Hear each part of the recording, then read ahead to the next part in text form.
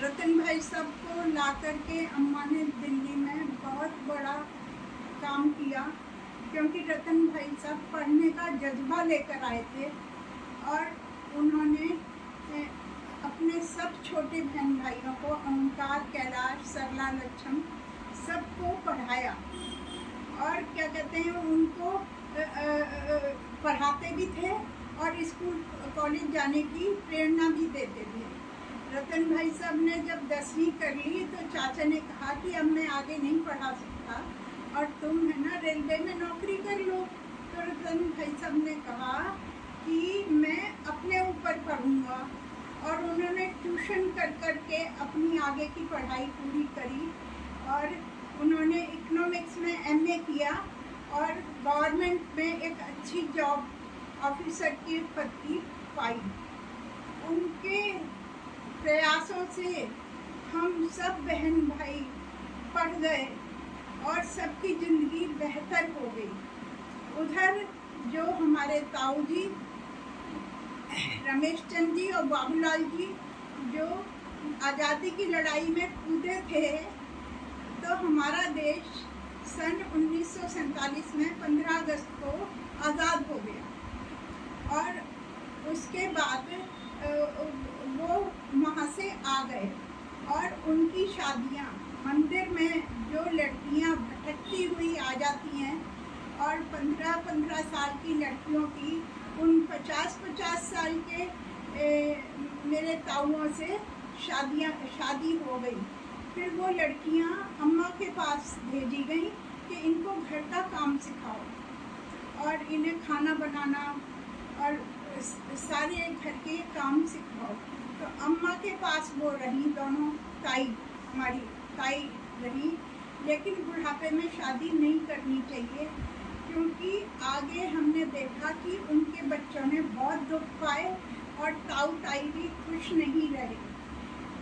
ताऊ ताई 5 बच्चों को पैदा करके 5वें बच्चे पर हमारी ताई पैदा होते ही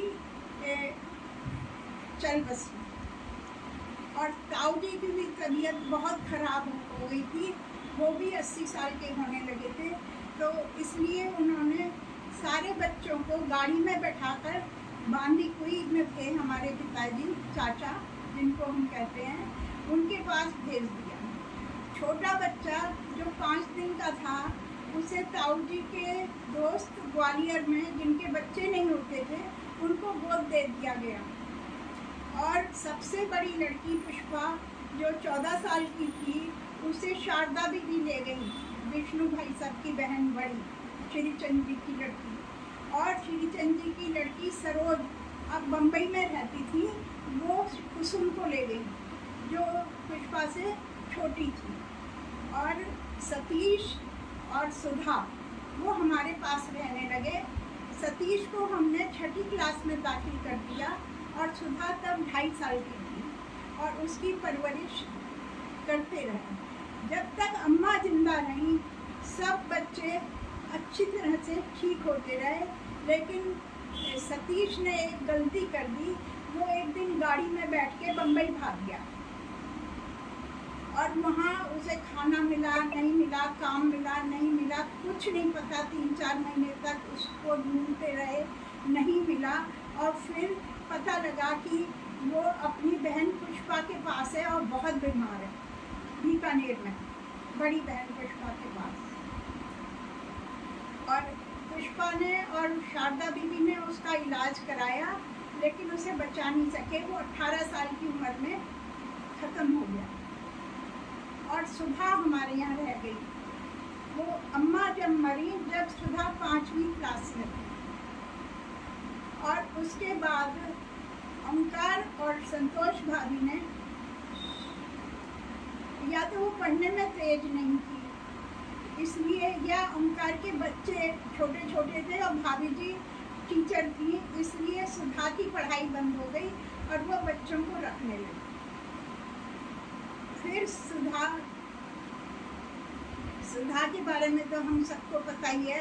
सब भतीजों ने और सब बहन के बच्चों ने, भांजों ने एक फंड इकट्ठा कर किया और क्या कहते हैं, उसे बैंक में डाला 5 लाख का, और उसका जो ब्याज है वो आज तक सुधा को दिया जाता है।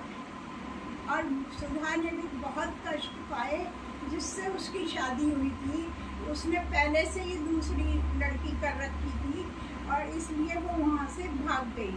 फिर उसकी सास ने रखा उसको, और उसने सुधा ने बहुत कष्ट पाए। आखिर में उसने एक ऐसे आदमी से शादी कर ली जिसके 2 बच्चे थे। अब तो वो भी मर गया। अब वो उन बच्चों के साथ रहती है, और सुभाष उस बैंक के अकाउंट का नॉमिनी है। वो उससे हर महीने उसका ब्याज ले जाती है। और भगवान बुढ़ापे में कभी किसी की शादी ना करे, नहीं तो बच्चों को भुगतना पड़ता है। अपने ठीक उम्र में शादियाँ और बच्चे हों तो ज़्यादा अच्छा है।